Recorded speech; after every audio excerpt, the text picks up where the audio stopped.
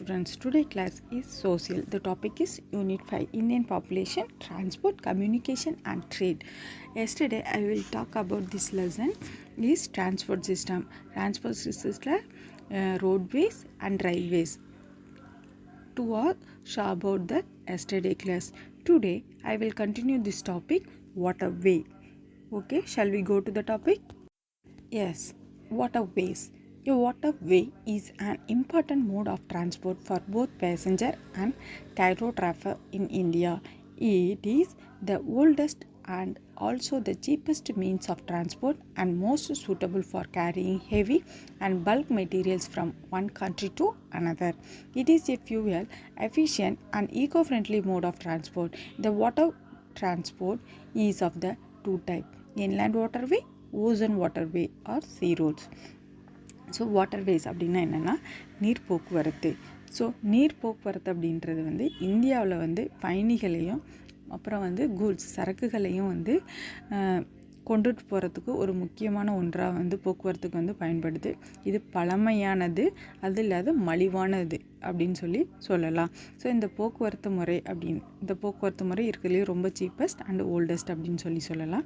So எவ்வளோ கனமான பொருட்களாக இருக்கட்டும், இல்லை நிறைய சரக்குகள் அனுப்புகிறதா இருக்கட்டும், ஒரு நாட்டிலேருந்து வேறு நாட்டுக்கு எடுத்து செல்கிறதா இருக்கட்டும், இந்த நீர்வழி போக்குவரத்து மிக உகந்தது அப்படின்னு சொல்லலாம்.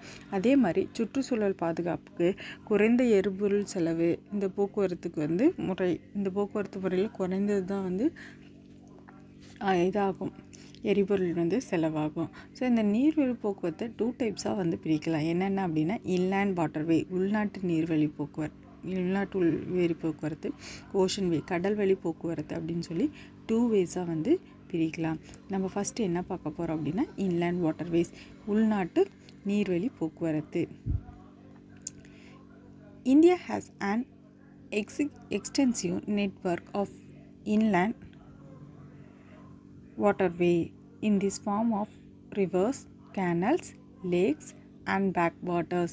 It depends upon the depth and width of the waterway and the continuity of this water flow for the development, maintenance and regulations of national waterway in this country. The Inland Waterway Authority was set up in 1986. So என்ன அப்படின்னா உள்நாட்டு நீர்வழி போக்குவரத்து. இது என்ன அப்படின்னா உள்நாட்டு நீர்வழி போக்குவரத்து ஆறுகள், கால்வாய்கள், ஏரிகள், அப்புறம் கணவாய்கள் இதெல்லாம் கொண்ட மிகப்பெரிய வலைப்பின்னல் அப்படின்னு சொல்லலாம். இந்த நீர்வழி போக்குவரத்து மூலிமா நீரோட ஆழம், அகலம், அது எந்த தொடர் நீரோட்டத்தை பெற்றது, இது எல்லாம் தெரிஞ்சிடணும். ஸோ அதை வச்சு தான் இது போகாது. இதோட டெவலப்மெண்ட் என்ன, டெவலப்மெண்ட், மெயின்டெனன்ஸ், பராமரிப்பு, வளர்ச்சி, ஒழுங்குபடுத்தல், இதற்காக என்னென்னா 1986 என்ன பண்ணாங்க அப்படின்னா உள்நாட்டு நீர்வழி போக்குவரத்து ஆணையம் தொடங்கப்பட்டது. அது ரூல்ஸ் அண்ட் ரெகுலேஷன் போடுறதுக்காக authority it what set up in inland waterway authority அப்படின்னு 1986 ஆரம்பித்தாங்க. அதுபடி த மேஜர் நேஷ்னல் வாட்டர்வேஸ் இந்தியாவில் முக்கியமான தேசிய நீர்வழி போக்குவரத்து எது அப்படின்னா ஃபர்ஸ்ட் ஒன் நேஷ்னல் வாட்டர்வே 1 அப்படின்றது in extends between the Haldia and Allahabad measure 1620 km and including the structures of this Ganga, Badrinath, Hooghly river system. So என்னென்னா இந்த ஹத்ரியா அண்டு அலகாபாத்துக்கு இடையான நீர் போக்குவரத்து தான் இருக்கிறதுலையே ஃபர்ஸ்ட் வே அப்படின்னு சொல்லலாம். ஸோ இது 1620 கிலோமீட்டர் நீளம் கொண்டது. கங்கை, பக்ரதி, ஹூக்ளி இந்த ஆறுகளில் இணைக்கப்பட்டது தான் நேஷ்னல் வாட்டர்வே 1. அடுத்தது national waterway 2. This waterway include the stretch of this Brahmaputra river between the Dhubri and Sadiya a distance of 891 kilometers. So இது என்னென்னா பிரம்மபுத்திரா ஆற்றில் துப்ரி மற்றும் கடியாவிற்கு இடையே சுமார் 891 கிலோமீட்டர் நீளம் கொண்டது தான் என்ன அப்படின்னா இந்த நேஷ்னல் வாட்டர்வே 2 அப்படின்னு சொல்கிறோம். அடுத்தது national waterway 3. This waterway existing between the Kollam and Kottapuram in the state of Kerala. It is the first national waterway in the country with 24 hours navigation facilities along its entire stretches of 205 kilometers. So என்ன அப்படின்னா இந்த நீர்வழி வந்து கேரளா மாநிலத்தில் உள்ள கொல்லம் அப்புறமா கோட்டபுரம் அப்படின்ற இடத்துக்கு இடையே உள்ளது. இது வந்து 24 மணி நேரமும் செயல்படக்கூடியது. ஸோ இதுதான் வந்து ஃபர்ஸ்ட் நேஷ்னல் வே அப்படின்னு சொல்லி இந்த கண்ட்ரி 24 மணி நேரம் செய்யக்கூடிய ஃபர்ஸ்ட் நேஷ்னல் வே அப்படின்னு சொல்கிறோம். இது வந்து 205 கிலோமீட்டர் தொலைவில் போக்குவரத்து வசதியை கொண்டதாக இருக்குது. ஸோ இது வரைக்கும் புரிஞ்சுச்சா? ஸோ இது வரைக்கும் என்ன பார்த்தோம் அப்படின்னா நேஷ்னல் வேஸ் பார்த்தோம், இன்லேண்ட் வேஸ் பார்த்தோம். இப்போ வந்து ஓஷன் ரூட்ஸ் வந்து பார்க்க போகிறோம். கடல்வழி போக்குவரத்து. Ocean routes play an important role in the transport sectors of Indian economic. So ocean routes அப்படின்றது தான் வந்து இம்பார்ட்டன்ட் ரோலாக வந்து டிரான்ஸ்போர்ட் செக்டர்ஸில் வந்து இருக்குது. ஸோ செக்டர்ஸ் இந்தியன் எக்கனாமிக்கு வந்து முக்கிய கடல்வழி போக்குவரத்து தான் இந்திய பொருளாதாரத்துக்கு ஒரு முக்கிய பங்காக இருக்குது. About 95% of Indian foreign trade by volume and 70% by the value movement through the ocean routes. So என்ன அப்படின்னா இந்தியாவில் வெளிநாட்டு வர்த்தகத்தில் சுமார் 95% அளவுக்கு வந்து 70% மதிப்புள்ள சரக்குகள் வந்து கடல்வழி போக்குவரத்து மூலமாக தான் என்ன பண்ணுறாங்க, சரக்குகளை வந்து கடல்வழி போக்குவரத்து மூலமாக தான் வந்து நடைபெறுது. Coastal shipping plays an important role in transport of bulk goods in India. Shipping is not only the most economical mode of transport, it is also an environment-friendly mode. The sea and ocean routes are mainly used for international trade and are connecting through ports. They are 13 major and 20 minor or intermediate ports in India. The major ports are administered by the central government and minor ports are managed and administered by the various state government. The major ports on the east coast are Kolkata, including Haldia, Dock, Pradhal, Visakhapatnam, Chennai, Ennur and Thoothukudi. The major ports on the west coast are Kandal, Mumbai, Nava, Sevi, Jawaharlal Nehru ports, New Mangalore, Marmorgo and Kochi. So என்ன அப்படின்னா இந்தியாவில் வந்து கனரக பொருட்கள் அதிக அளவிலான சரக்குகளை இது எல்லாமே எது மூலியமாக கொண்டு போகிறாங்க அப்படின்னா கடல் போக்குவரத்துக்கு தான் முக்கிய பங்காகுது. இது சிக்கனமான ஒரு போக்குவரத்தை மட்டும் இல்லாமல் சுற்றுச்சூழலை வந்து பாதிக்காத ஒன்றா வந்து இருக்கும். அதே மாதிரி கடல் மற்றும் பெருங்கடல் வழியில் வந்து பெரும்பாலும் என்ன பண்ணுறாங்க அப்படின்னா சர்வதேச இன்டர்நேஷ்னல் வணிகத்தை தான் பயன்படுத்துகிறாங்க. ஸோ இவ்வழியில் துறைமுகங்களை வந்து இணைக்கப்படுகிறது. ஒவ்வொரு வழியிலையும் துறைமுகங்கள் வந்து இணைக்கிறாங்க. இந்தியாவில் 13 பெரிய துறைமுகங்கள் இருக்குது. அதே மாதிரி 200 நடுத்தர மற்றும் சிறிய துறைமுகங்கள் வந்து இருக்குது.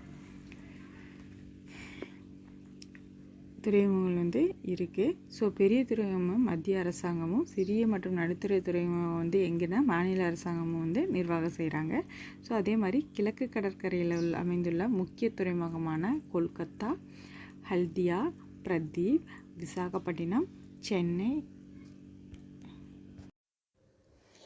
எண்ணூர், தூத்துக்குடி, அப்புறம் மேஜர் போர்ட்ஸ் வெஸ்ட் கோஸ்ட் சைடில் என்னென்ன இருக்குது அப்படின்னா மேற்கு முக்கிய துறைமுகங்கள் வந்து கண்டல், மும்பை, நவசேவா, ஜவஹர்லால் நேரு துறைமுகம், மர்மகோவா, நியூ மாங்களூர் மற்றும் கொச்சி. இது எல்லாமே எந்த சைடு இருக்குது அப்படின்னா மேற்கு இந்திய கடற்கரை பகுதியில் வந்து அமைஞ்சிருக்கக்கூடிய முக்கிய துறைமுகங்கள் அப்படின்னு சொல்லலாம். India have 4 major shipyards. So இந்தியாவில் 4 முக்கிய கப்பல் கட்டும் தளங்கள் வந்து இருக்குது. ஃபர்ஸ்ட் ஒன் வந்து ஹிந்துஸ்தானியம் ஷிப்யார்ட் இன் விசாகப்பட்டினம். இந்துஸ்தான் கப்பல் கட்டும் தளம் வந்து விசாகப்பட்டினம். அடுத்தது வந்து கார்டன் ரிச் ஒர்க்ஷிப் இன் கொல்கத்தா. கார்டன் ரிச் கப்பல் கட்டும் தொழிற்சாலை அப்படின்றது வந்து கொல்கத்தாவிலையும். மசகான் கப்பல் கட்டும் மசகான் டக் இன் மும்பை. மஸ்கான் கப்பல் கட்டும் தொழிற்சாலை மும்பை. அடுத்தது வந்து கொச்சின் ஷிப்யார்ட் இன் கொச்சின் கப்பல் கட்டும் தளம் Kochi. So India is the second largest ship owning country in Asia and ranking 16 in this world. So இந்தியாவில் கப்பல் கட்டும் தொழிற்சாலை வந்து ஆசியாவில் 2வது இடத்துலையும் உலக அளவில் 16வது இடத்துலையும் இந்தியா வந்து இருக்குது. ஸோ இது வரைக்கும் வாட்டர்வே புரிஞ்சிச்சாடா? Any doubt? Okay. So air transport. Airway are the quickest, costly, most modern and a comfortable means of transport. Air transport facilitates connectivity on a national, regional and international scale in India. It has made accessibility easier by connecting difficult terrains like high mountains and sandy desert. It carrier passengers, freight and mail. Air transport plays a key role in times of emergency as well as in the event of natural and man-made calamities like floods, epidemic and wars. Air transport in India made a beginning on 18th February 1980 when Henry Pickwick carried a mail from Allahabad to Nani. In 1953, 8 different airlines which was in operating in this country were nationalized.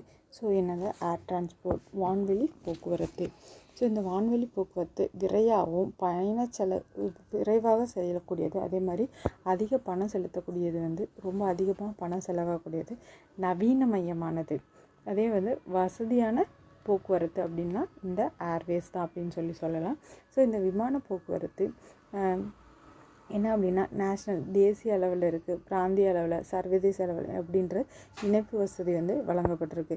So உயர்ந்த மலைகள், பாலைவனங்கள், அடர்ந்த காடுகள், கடினமான நிலப்பகுதி எந்த பகுதியாக இருந்தாலும் எளிதில் இணைக்க வல்லது எது அப்படின்னா இந்த ஏர் போக்குவரத்து அப்படின்னு வான்வெளி போக்குவரத்து அப்படின்னு சொல்லலாம். இந்த போக்குவரத்தில் பயணிகளையும் செல்லலாம், சரக்குகள், அஞ்சல்கள், தபால்கள் இது எல்லாமே கொண்டு செல்லப்படுகிறது. ஸோ அதே மாதிரி அவசர கால நேரங்களில் இயற்கை மற்றும் செயற்கை பேரிடங்களுக்காகவும் வெள்ளம், பஞ்சம், தொற்று நோய்கள், போர்கள், அப்புறம் இதெல்லாம் நிகழும்போது இந்த வான்வெளி போக்குவரத்து முக்கிய பங்கு வகிக்குது அப்படின்னு சொல்லலாம். முதல் இந்திய விமான போக்குவரத்து எப்போ ஆரம்பிச்சது அப்படின்னா February 1918 ஹென்றி பியூ அப்படின்றவரால் அலகாபாத்திலிருந்து நைனி என்ற இடத்துக்கு கடிதங்களை கொண்டு போனாங்க. ஸோ அதுக்கப்புறம் 1953 தான் நாட்டில் 8 பல்வேறு விமான நிறுவனங்கள் ஒன்றிணைக்கப்பட்டு தேசியமயமாக்கப்பட்டது அப்படின்னு சொல்லலாம். Okay, are you clear? Next one. So, domestic airways fly within a boundaries of a country and the international airways connecting major cities of this world. The Indian Airlines and the Air India are the two airline services run by the Government of India. Indian Airlines provide the domestic air service and Air India provides international air service.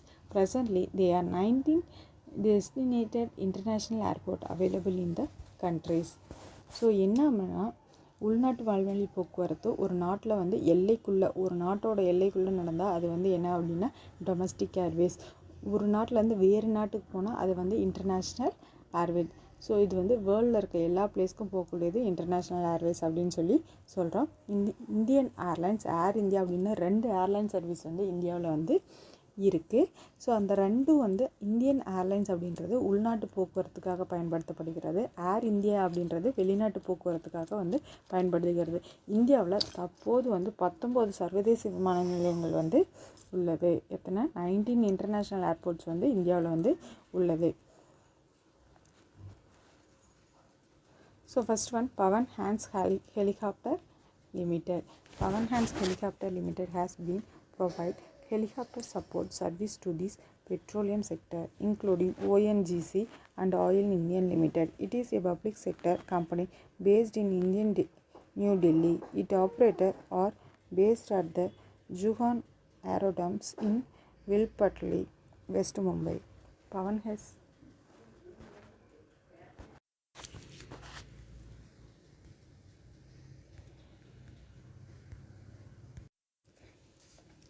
Zone Aerodrome in a Visakhapatnam, West Mumbai. Pawan has is a mini Ratan 1 category public sector's undertaking. It often provides service to various state government, particularly Northeast India and Interior Island, ferry service in Andaman and Nicobar Island, service to Lakshadweep Island, etc. So இது என்ன அப்படின்னா Pawan hand வானூர்தி அப்படின்றது helicopter. பெட்ரோலிய நிறுவனமான ONGC.